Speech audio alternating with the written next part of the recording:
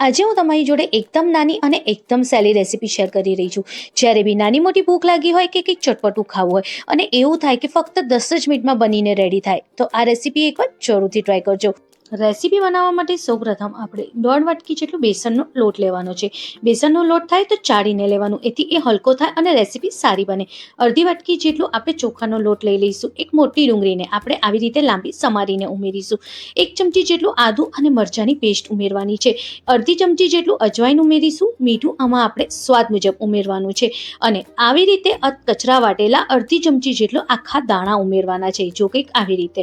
અને 1 ચમચી જેટલું આમાં આપણે જીરું ઉમેરીશું. આ બધી વસ્તુ ઉમેરવાથી જે રેસીપી છે બહુ જ સરસ બને છે. આમાં 1/4 ચમચી જેટલી જ આપણે હલ્દી પાવડર ઉમેરવાની છે અને 2 ચમચી જેટલું આપણે તેલ ઉમેરીશું. તેલ ઉમેર્યા પછી એને થોડું આપણે મિક્સ કરી લઈશું. જ્યારે થોડું મિક્સ થઈ જાય પછી એમાં આપણે થોડું કોથમીર ઉમેરવાની છે. થોડીક જ કોથમીર ઉમેરવાની, બહુ નથી ઉમેરવાની. થોડી કોથમીર ઉમેર્યા પછી થોડું પાણી ઉમેરતા જવાનું અને એક ઘટ બેટર આપણે બનાવીને રેડી કરવાનું છે. બહુ ઢીલું બેટર નહીં બનાવવાનું, થોડું ઘટ રહે બેટર એવું જ બેટર આપણે બનાવીને રેડી કરી દેવાનું છે, જો કંઈક આવી રીતે. હવે આને ઢાંકીને 10 મિનિટ માટે સાઈડમાં મૂકી દઈશું. ત્યાં સુધી સ્ટફિંગની રેડી કરવા માટે મેં અહીંયા 4 બાફેલા બટેકા લીધા છે. એને કંઈક આવી રીતે આપણે કદુકસ કરી લઈશું. એ થઈ જાય એટલે 1 ચમચી જેટલું આદુ અને મરચાંની પેસ્ટ, મીઠું સ્વાદ મુજબ ઉમેરીશું. અને હવે આમાં આપણે 1 ચમચી જેટલું અમચૂર પાવડર, 1 ચમચી જેટલું ગરમ મસાલો, 1 ચમચી જેટલું લાલ મિર્ચ પાવડર ઉમેરીશું. બધાને એકદમ સરસ રીતે આપણે મિક્સ કરી દેવાનું છે. ખાસ વાતનું ધ્યાન રાખવાનું કે બટેકા જે છે એના એક બી મોટા ગાંઠા ના રહેવા જોઈએ અને એકદમ લીસું આવી રીતનું સ્ટફિંગ બનાવીને આપણે રેડી કરવાનું છે. જ્યારે સ્ટફિંગ રેડી થઈ જાય તો એને સાઈડમાં મૂકી દઈશું. હવે એક રોટલી લઈ લઈશું. તમારી જોડે બપોરની વધી હોય તો પણ તમે લઈ શકો, નહીં તો ફ્રેશ રોટલી બનાવીને એને લઈ લેવાની. હવે એની અડધી બાજુ આપણે લસણની ચટણી લગાવવાની અથવા સેઝન ચટણી લગાવવાની, કોઈ બી તીખી ચટણી આપણે લગાવવાની છે. હવે એની ઉપર આપણે બટેકાની જે સ્ટફિંગ રેડી કરી એને સરખું લગાવવાનું છે, કંઈક આવી રીતે.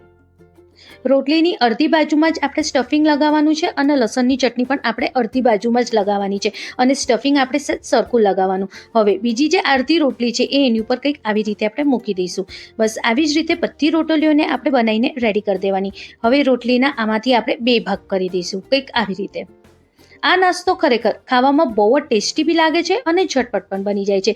અને ક્યારે બી ચા સાથે કંઈક નાસ્તો ખાવાની ઈચ્છા થાય તો આ ઝટપટ બનતો નાસ્તો એકવાર જરૂરથી ટ્રાય કરજો.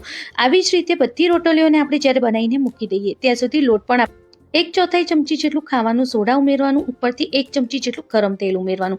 બધાને સરસ રીતે મિક્સ કરવાનું. ગરમ તેલ સોડાની ઉપર ઉમેરવાથી જે આપણો નાસ્તો છે એકદમ ક્રિસ્પી બને છે. લાગે કે બેટર બહુ ઘટ છે તો થોડું પાણી ઉમેરીને સરસ રીતે મિક્સ કરવાનું, જેથી લોટ એકદમ ફ્લફી આવો બનીને રેડી થઈ જાય. હવે એક ભાગ રોટલીનો લઈ લેવાનો અને એને આની અંદર મૂકીને આવી રીતે 2 બાજુ સરસ લોટ ચોટે રોટલીની ઉપર એવી રીતે આપણે એને લગાવી દેવાનું અને કાંટાની મદદથી આવી રીતે લઈ લેવાનું, જેથી એકદમ સરસ રોટલીની ઉપર લોટ ચોટી જશે. અને ઉપર બાજુ લાગે કે રોટલીમાં લોટ થોડો ઓછો ચોટ્યો છે તો થોડું એની ઉપર મૂકી દેવાનું. જો હું તમને ફરીથી બતાવું, રોટલી અંદર બેટરમાં આપણે નાખવાની અને 2 બાજુ સરસ રીતે લોટ ચોટી જાય એવી રીતે આપણે એની ઉપર લગાવવાનું છે.